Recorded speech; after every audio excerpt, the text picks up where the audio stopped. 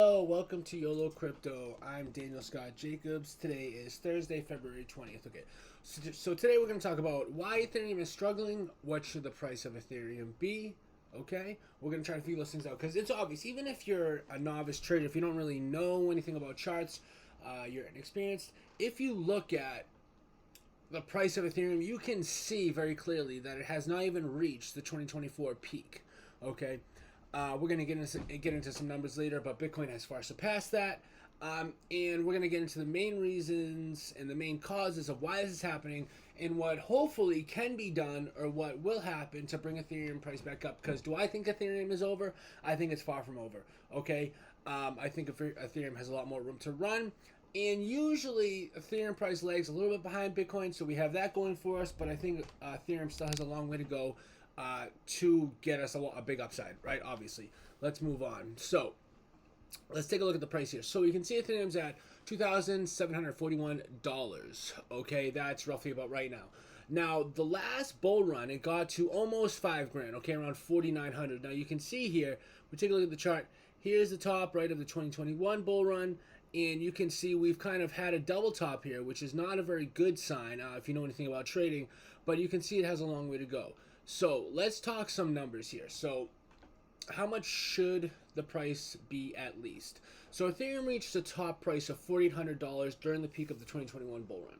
All right, you can see here, right, we're nowhere really near that. And we're actually kind of, it looks like we're on the way down if you look at this chart here. So Bitcoin, we're going to compare this to Bitcoin. Now again, you probably know as well as I do that alternative coins, if you want to consider, I almost don't even consider Ethereum an alternative coin just because it has such a big market dominance, and we'll go over that later, compared to all the other alternative coins. So like if you were to say like they have like blue chip stocks, which would be like Tesla, Apple, Microsoft, Amazon, the ones that are tried and true, the ones that are here, the ones that always have good upside, strong company, right, good fundamentals. I would consider Bitcoin and Ethereum, and you really can't put anything else into that range right now. I mean, yes, there's a lot of development on Solana. XRP is getting up there. Dogecoin has definitely been in the top 10 for many years. But again, like, Bitcoin and Ethereum are considered like the blue chip stocks. But again, Ethereum usually has more of an upside based on percentage than Bitcoin. But we're going to go by Bitcoin just to keep things simple. And even going by Bitcoin, we're still not even close to where we should be. So Bitcoin rose from 15,210 in November, bottom of the bear market, in November 22 to 109,508 in January of 2025. So that's an increase of 619.97%, about 620%. All right, that's pretty damn good. Again, like I'm sitting here and we're saying like, oh, Ethereum's in stagnation, Ethereum's not doing great. Ethereum, like if you bought at the bottom of the bull market, right? You can't really complain because no stock is gonna really. I mean, unless maybe you bought Nvidia, but no stock is gonna give you like that percentage of upside consistently. Okay, so we can complain all we want because we're in crypto, but still, like we have it pretty good, right? Because we're taking risks, right? We're rewarded for the risk that we take. All right, and we're still early in cryptocurrency. Remember that. So Ethereum rose from $880 in June 2022, right, bottom of the bear market, to $3,233 in March of 2024.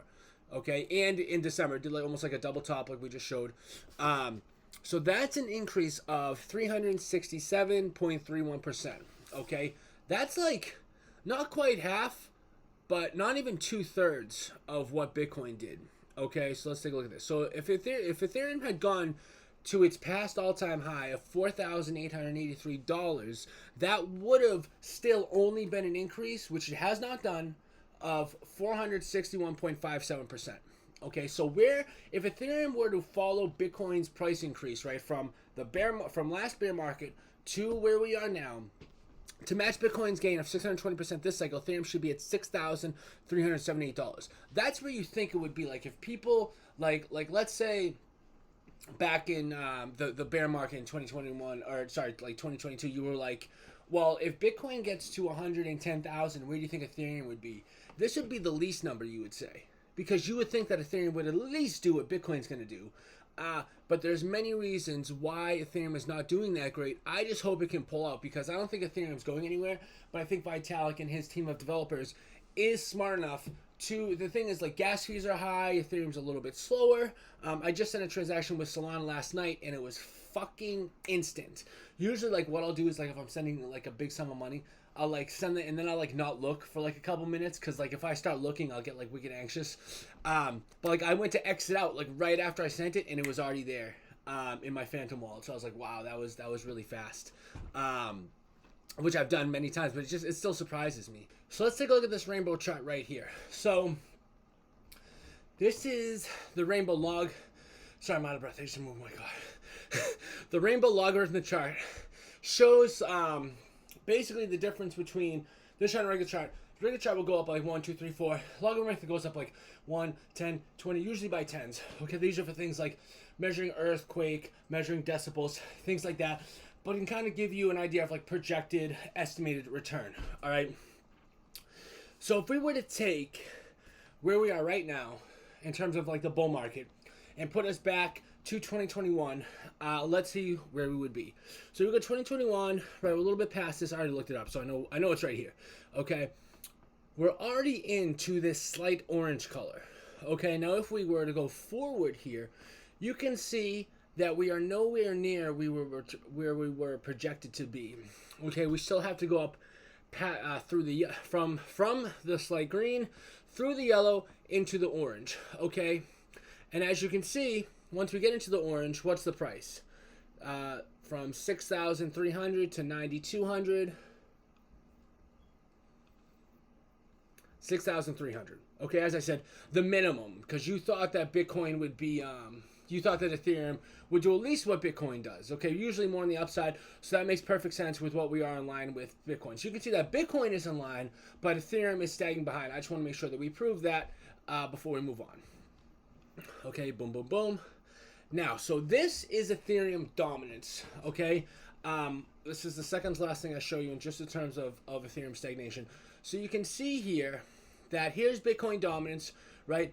Bottomed out during the bear market and continues to rise, okay? Now, Ethereum is here in the yellow. You can see in a tightening of Ethereum, okay? Which is not a great sign. The highest that Ethereum dominance has been was 30%. That was during the ICO boom. But generally, it's around 20. Okay, right now it's at 10% of Ethereum dominance. And the main reason is just so many other coins out there to buy, and we're going to get into that. There's many other things challenging Ethereum, not so many things challenging Bitcoin, right? Now, this is Gwei, right? Wei, whatever you want to call it. Ethereum price of gas. So as you can see, this is from 2020, about 2020 to 2025. And you can see that we're trickling down here. So what that signifies, what that suggests is less activity on chain. Okay, if the gas price is down, it means the network is less congested, bringing the price 2-cent transactions down. Okay. Now, causes of Ethereum stagnation. So we have staking dynamics. So over 25% of Ethereum supply is now staked. Okay. Now, that's good for the power and the robustness of the network. But the thing is you're not having, it brings down volume, okay? And with volume brings volatility, which brings people into the market, okay? Because then you get a lot of options traders, just brings more money into the market. So there's that, and then there's also selling of staking rewards. So many of these people are staking, and what I think they're doing, I don't have any data to back this up, they're probably selling the staking rewards as opposed to reinvesting in Ethereum. Because there's other, especially at this point, there's other layer 1s out there and even layer 2s that are challenging Bitcoin. Like you have Solana would be the biggest one that we all know. So they're probably taking that money and they're going into Solana as opposed to reinvesting into Ethereum. Now, then we have straight competition from layer 1, Solana. If Solana wasn't here, Ethereum would probably be doing just as well as it should be. Okay, then we have competition, sorry, a typo here. Competition from layer 2s, Arbitrum, Optimism, and Base. And then, as we just looked, the Ethereum BTC ratio is weak. Now, how can Ethereum catch up? So I don't have an answer for you, okay? Basically, I think just the tried and true dynamic of Ethereum in the terms of there's so many things, NFTs, DEXs already built on top of Ethereum that I think it's going to ride out, and then you have like spot ETFs that were approved. But let's talk about some things that can help. So how can Ethereum catch up? More consistent investment from Ethereum spot ETF. Okay, basically the ETF got introduced late 2024, so we just need more people, especially institutions, to invest in Ethereum. All right, more consistent activity on chain from upgrade EIP 4844 proto dank sharding. Okay, so this adds support for blobs to run alongside transactions, making it cheaper for rollups to validate transactions. Now, this could be part of the reason that transaction fees are a little bit lower, but it's not the entire reason. Okay, but this will bring people on chain if it's cheaper to develop on Ethereum. And lastly, this is the last I have. Waiting for Bitcoin. Historically, Ethereum rallies slightly after Bitcoin. Okay, and that's true. Like back in 2021, it was about a month and a half behind Bitcoin in terms of its all-time high. Okay, Bitcoin came up, kind of consolidated before it had its drop, and about a month into consolidation is when Ethereum had its rally. And that is what I have for you. Okay, I appreciate you watching this far. I can't give any straight answers of like when Ethereum this, when Ethereum that, why this, why that. I did the best I could. But I would think now is probably a good time to buy Ethereum. But Ethereum's going to have an explosion. Is it going to be this bull run? I have no idea. Maybe put a comment down below. If you like the content, subscribe to the channel or hit the like button. Thank you so much. I will see you next time.